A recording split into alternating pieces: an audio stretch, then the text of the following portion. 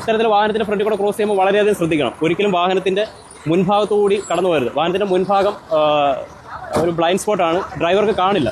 അപ്പോൾ എങ്ങനെ നടന്നു പോകണമെന്ന് പറഞ്ഞു കഴിഞ്ഞാൽ നമ്മൾ നടക്കുകയാണെങ്കിൽ ഇങ്ങനെ നടക്കണം, ഇങ്ങനെ നടക്കണം. അത് മാത്രം അത്രയും ദൂരം നടക്കരുത്, അടുത്ത് നടക്കരുത്, കുറച്ച് ദൂരം നടക്കുക. കൈ ഇങ്ങനെ പൊക്കി നടക്കുക. ഇനി ഇവിടെ എത്തിക്കഴിഞ്ഞാൽ കൈ ഈ രീതി പിടിക്കുക. മനസ്സിലായില്ലേ? നമ്മൾ ബോഡി ഇങ്ങനെ വരല്ലേ, നമ്മൾ വണ്ടിയുടെ ഫ്രണ്ട് വശം കവർ ചെയ്യുമ്പം കൈ ഇങ്ങനെ കൊണ്ട് വരിക. ഇപ്പോൾ ഇൻ കേസ് ഒരു വാഹനം അവിടെ നിന്ന് വരുവാണെന്നുണ്ടെങ്കിൽ ആ വാഹനം നമ്മുടെ കയ്യിലായിരിക്കും തട്ടുന്നത്. മനസ്സിലായി? അതേസമയം നമ്മൾ ബോഡി മുന്നോട്ട് വെച്ച് കഴിഞ്ഞാൽ തട്ടാനുള്ള സാധ്യത ബോഡിയിലാണ്. സോ നമ്മൾ നടക്കുമ്പോൾ ഡ്രൈവറുടെ അറ്റൻഷൻ കിട്ടത്തക്ക രീതിയിൽ കൈ ഉയർത്തി നടക്കുക, വാഹനത്തിൻ്റെ തൊട്ട് ഫ്രണ്ടിൽ കൂടെ നടക്കുക.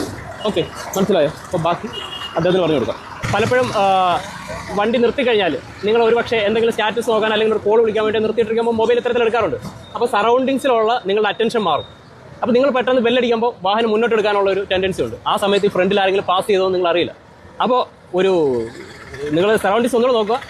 ചെറിയ വല്ലാണ്ട് ഹോൺ അടിക്കരുത്, ജസ്റ്റ് ഒന്ന് ഹോൺ അടിച്ച് വളരെ സ്ലോയിൽ വണ്ടി എടുക്കുക. കഴിഞ്ഞ ദിവസം ഇത്തരത്തിൽ ഒരു വ്യക്തി ഒരു ട്രാൻസ്പോർട്ട് ബസ്സിൻ്റെ ഫ്രണ്ടിൽ കൂടെ പാസ് ചെയ്ത് പോയപ്പോൾ അദ്ദേഹത്തിൻ്റെ മുകളിൽ കൂടെ വണ്ടി ഇറങ്ങുന്ന ഒരു സിറ്റുവേഷൻ ഉണ്ടായി. അപ്പോൾ അതുണ്ടാകാതിരിക്കാൻ വേണ്ടിയിട്ട് ഒരു അവയർനെസ്സിന് വേണ്ടിയിട്ടാണ് ഇത് പറഞ്ഞു തരുന്നത്. അപ്പോൾ ക്രോസ് ചെയ്യുന്നവരെ പ്രത്യേകം ശ്രദ്ധിക്കുക. ചിലപ്പം മുമ്പിൽ കൂടെ അല്ല പുറകിൽ കൂടെ ക്രോസ് ചെയ്യാൻ സാധ്യതയുണ്ട്. അപ്പോൾ മുന്നോട്ട് എടുക്കുമ്പോഴും പുറന്നോട്ട് എടുക്കുമ്പോഴും വളരെയധികം ശ്രദ്ധിച്ച് വേണം വാഹനം എടുക്കാൻ.